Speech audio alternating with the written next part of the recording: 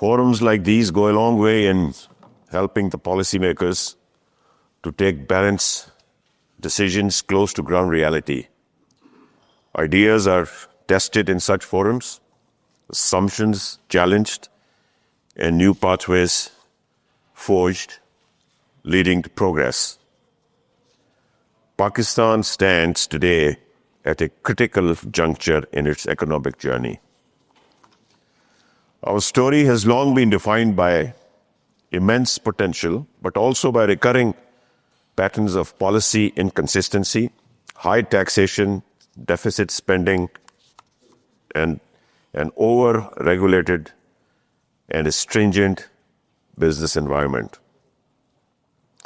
As the Prime Minister Muhammad Shahbaz Sharif often stresses, that economic stability is not achieved by chance. It is built through consistency, credibility, and competence. This government has taken that message to heart. We are confronting structural weaknesses head-on, not with temporary measures, but through systemic reforms that lay the foundation for a resilient, export-led, innovation-driven growth. As the proverb goes, a smooth sea never made a skilled sailor.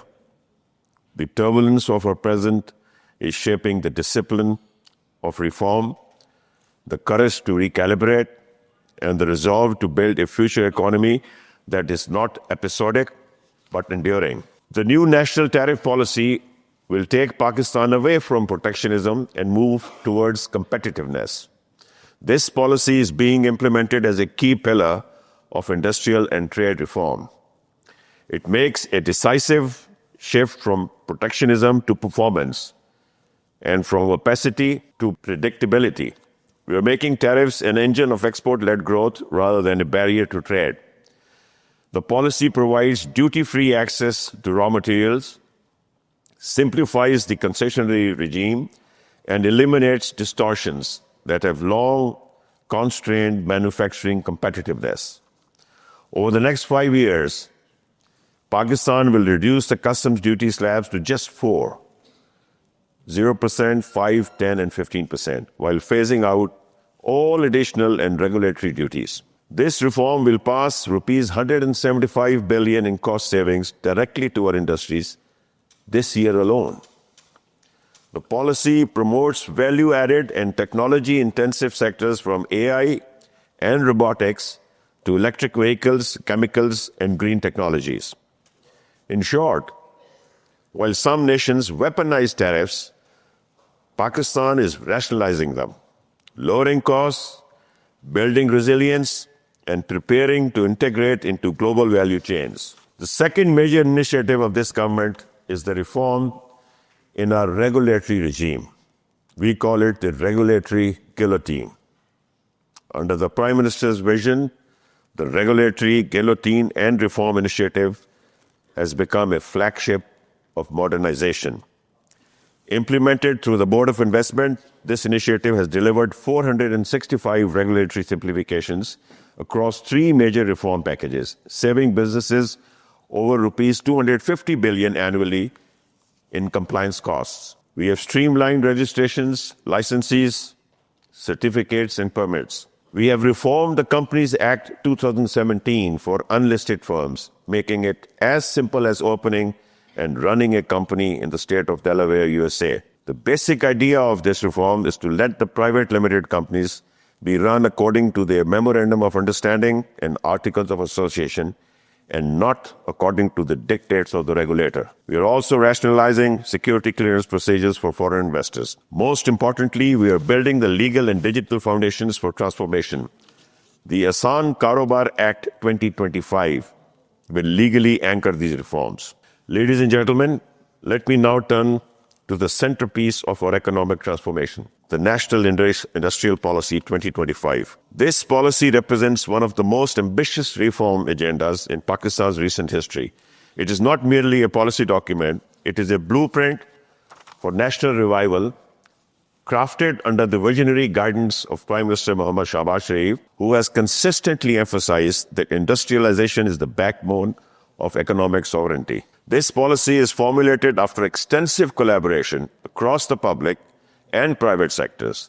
More than 60 dedicated sessions were held under my chairmanship, engaging stakeholders from the State Bank of Pakistan, SECP, FBR, all economic ministries, and virtually every major chamber of commerce in Pakistan, including FPCCI. Its focus is to restore investors' confidence, which we badly need, reviving manufacturing capacity and integrating Pakistan into global and regional value chains. Ladies and gentlemen, a nation's economic strength cannot thrive while the factories remain silent. We have launched the revival and debt resolution of sick industrial units in partnership with the Securities and Exchange Commission of Pakistan, State Bank of Pakistan, and the Pakistan Banking Association. This framework enables the restructuring of non-performing industrial assets, providing a new lease of life to units that were once burdened by debt at enormously high interest rates, outdated technology, and major regulatory bottlenecks. Together with this establishment of the National Industrial Revival Commission, we will facilitate strategic partnerships, mergers, and acquisitions, ensuring that viable enterprises return to production and employment. No industry can flourish without access to affordable finance. Recognizing this, the government has undertaken comprehensive reforms to expand credit availability for industry and SMEs, in line with the Prime Minister's vision to make capital accessible to those who create real value. The government is also encouraging banks to lower capital adequacy risk weightings for lending to medium-sized enterprises, thereby widening credit access for productive sectors. In line with this vision, the Ministry of Industries and Production, in coordination with the relevant agencies, is implementing a series of very serious reforms to curtail undue harassment of businesses by regulatory authorities. We are strengthening grievance redressal mechanisms and promoting regulatory accountability, ensuring that legitimate business operators are protected from unwarranted interference. The government is committed to fostering an environment where compliance is encouraged through facilitation, not fear, as only it is in an atmosphere of trust that businesses can truly thrive and flourish.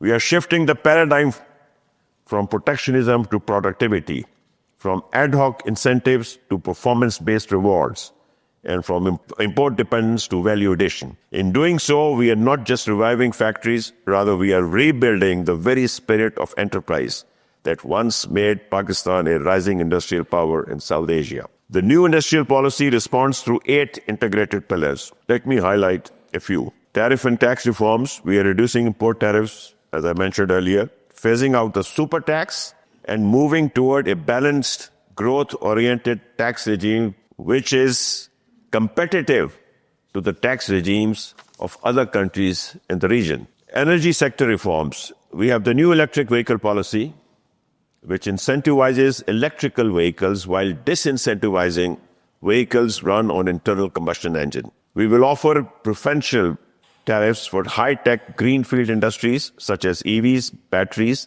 and data centers. We are offering a substantially reduced rate for incremental consumption of electricity, and we have introduced a new wheeling policy at reduced power rates. We want to restore investors' confidence by modernizing the insolvency laws. Pakistan did not have any bankruptcy law. We are strengthening the intellectual property rights, and we are ensuring transparent, harassment-free regulation. We will incentivize banks to lend to the private sector. We're going to give them fiscal incentives. We will expand exporter credit frameworks, and we will revive the export finance scheme by enhancing the limits to the Exim Bank. We are reforming special economic zones by adopting a land lease model for affordable industrial plots. We are also introducing a single customs bonded warehouse at the doorstep of our 3 largest SEZs. It is our mission to turn policy into productivity and incentives into investment. Competitiveness in the 21st century rests not on cheap labor or fiscal shields, but on innovation, regulatory efficiency, green technology, and digital integration.